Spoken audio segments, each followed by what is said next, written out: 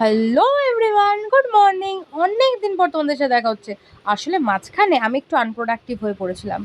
এখন থেকে ভেবেছি না না আর না, এবার আমাকে একটুখানি সব নিয়ম মেনটেন করে চলতেই হবে।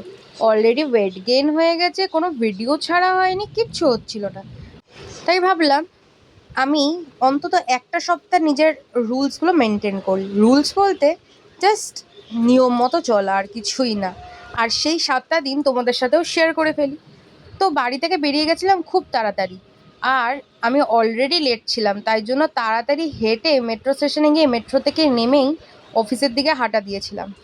যা গরম পড়েছিল সকালবেলা, রোদে তো আমি একেবারে তেতে গেছি। তার ওপর দিয়ে জানো, আমি সানস্ক্রিনটাও আজকে মাখতে ভুলে গেছি তাড়াহুড়োতে। মেট্রো থেকে নেমেই সোজা হাঁটে লেগেছি অফিসের দিকে।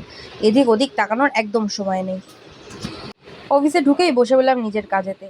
আর নিয়েছিলাম সঙ্গে আসার পথে একটা কফির প্যাকেট। 2 টাকার পাউচ পেলামই না, তাই 10 টাকারটাই নিতে হলো। আর লাঞ্চ করে নিয়েছিলাম। লাঞ্চ করতে আজকে অনেকটা সময় লেগেছিলো, আমার খুব জোর খিদে পেয়ে গেছিলো। আর দেরিও হয়ে গেল আজকে। 2টো রুটি নিয়েছিলাম, 2টো শসা এনেছিলাম, আর এনেছিলাম বাড়িতে তৈরি করা মায়ের হাতের সবজি। যাই হোক, অফিসের কাজ সেরে অফিস থেকে বেরিয়েই এই দেখো, এই রেস্টুরেন্টটা না আমার খুব ভালো লাগে। ভেবেছি একদিন না একদিন এই রেস্টুরেন্টে আসবোই আসবো। যাই হোক, বাড়ি যেতে যেতে ওয়েদারটা এত সুন্দর হয়ে গেল, ঠান্ডা ঠান্ডা হাওয়া দিতে শুরু করলো, যে মনটাও খুব ভালো হয়ে গেল। লিটারালি গোটা দিনের স্ট্রেস সব বেরিয়ে গেছিলো, মন খুব ভালো লাগছিলো আমার। অ্যাকচুয়ালি এই ওয়েদারটা আমার খুব ভালো লাগে, এই বৃষ্টি হবে হবে ওয়েদারটা।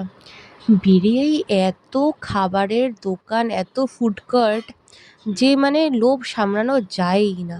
তার মধ্যে বৃষ্টিও শুরু হয়ে গেল। দাঁড়িয়ে দাঁড়িয়ে আমি এখনও বাস পেলাম না। বাস পাইনি, তার জন্য অটোই ধরে নিলাম। অ্যাকচুয়ালি বাস ধরলে একটা বাসেই চলে যাওয়া যায়, অটো নিলে আমাকে 2টো অটো করতে হয়। এটা হচ্ছে 2nd নম্বর অটো। অটোটা ফাঁকা ছিল বলে একটা সুন্দর ভিডিও নিলাম।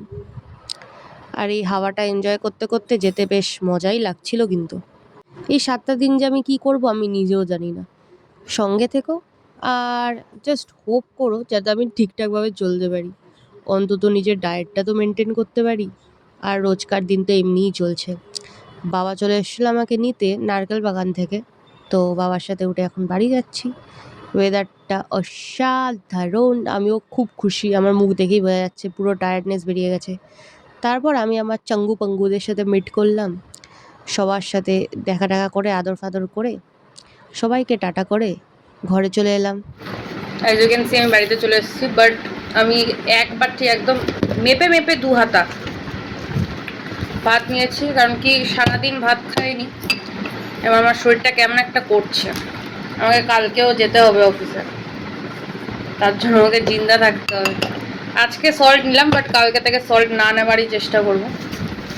যদিও আমি খুব একটা নুন খাই না, বাট এই একটু বেগুন ভাজা, বাস একটা বেগুন ভাজা দিয়ে খাবো। আর একটু চিকেন আছে, চিকেনটা খাবো, কারণ কি সারাদিন পেটে তেমন কিছুই পড়েনি। শান্তির খাবার।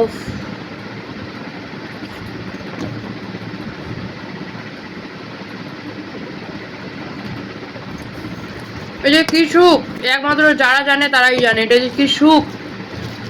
ডায়েট করছিলাম বলে 1 সপ্তাহ পর ভাত খেয়েছিলাম, ওটার ভাত ছিল না, আমি উৎসব নাইয়া হয়ে গেছিলাম।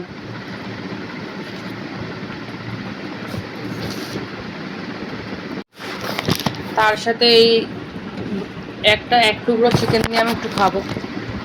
প্রোটিনের মাথা মুন্ডু কিছুই যায়নি আমার শরীরে আজকে, জাস্ট দুধ গেছিলো,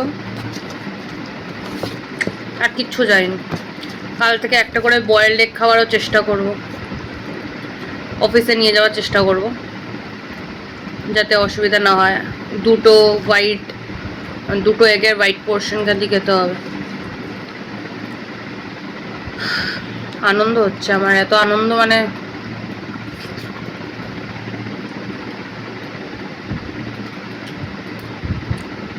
স্বর্গ।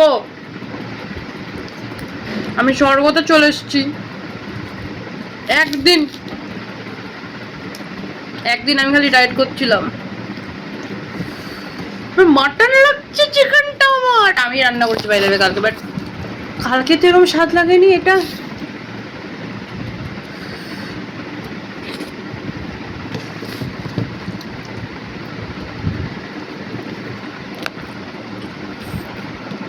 I love you.